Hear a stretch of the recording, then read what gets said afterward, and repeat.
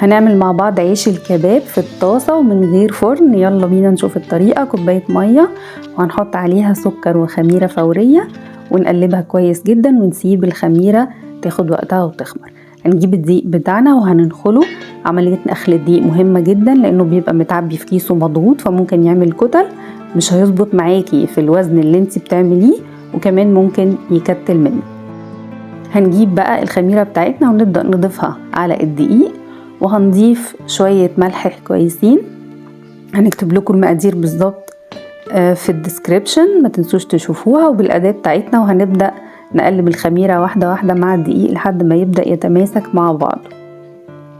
هنضيف شوية خميرة تانية ونبدأ نقلب تاني، واحنا بنجيب لكم الطريقة كلها بتاعة العجن خطوة خطوة عشان لو لسه أول مرة تعمليه تبقي شايفة مراحل تغير شكل العجينة.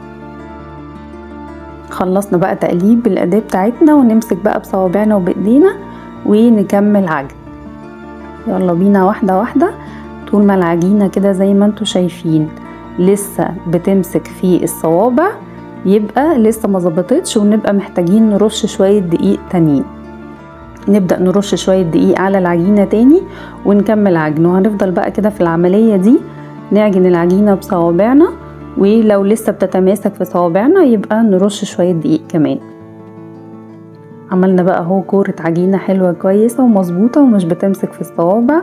هنروح بقى على البوردة بتاعتنا نرش شوية دقيق ونوزعه كده على البوردة، ونحط العجينة بتاعتنا. واحنا قررنا نقسمها 3 قطع علشان احنا محتاجين نعمل 3 ترغيفة. هناخد كل قطعة قطعناها ونبدأ بقى نكورها كده. وما تنسوش تعملوا سبسكرايب وتفعيل لخاصية الجرس للقناة بتاعتنا علشان كمان تتابعوا البلاي ليست بتاعت وصفات العيد الكبير. نبدأ بقى نجيب النشابة ونفرد كل كورة لوحدها واحدة واحدة لحد ما تبقى طرية، وناخد بالنا كده نفردها من ناحية وناحية علشان تعمل الدايرة اللي احنا عايزينها. وطبعا بقى على المقاس ما تفرديهاش زيادة عن اللزوم عشان تظبط على مقاس الطاسة بتاعتك. ده العيش طبعا اللي احنا هنحط فيه الكباب. عاملين كباب ضاني والوصفة بتاعته موجودة برضو في البلاي ليست، او اسألونا عليها واحنا نبعتها لكم. وصفة مختلفة جدا بتتبيلة مختلفة جدا. العيش اهو لحد دلوقتي طالع شكله 100 100 وقمر.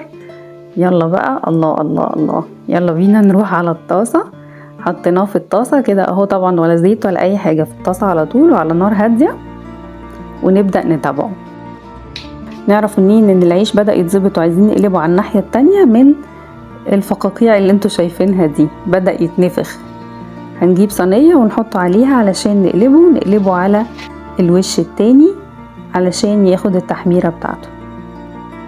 يلا بينا ناخد الكورة التانية اللي فردناها ونروح بيها على الطاسة ونشوف شكلها تاني. بصوا زي ما انتوا شايفين بنشاور لكم اهو على الاجزاء اللي بدأت تتنفخ، يبقى نقلبها. بصوا التحميرة شكلها تحفة، وبجد انتوا بقى ما كنتوش معانا ريحته كانت جميلة جدا وطعمه كان جميل جدا. ان شاء الله تجربوه ويعجبكم. كده احنا خلصنا، ظبطنا العيش بتاعنا كله.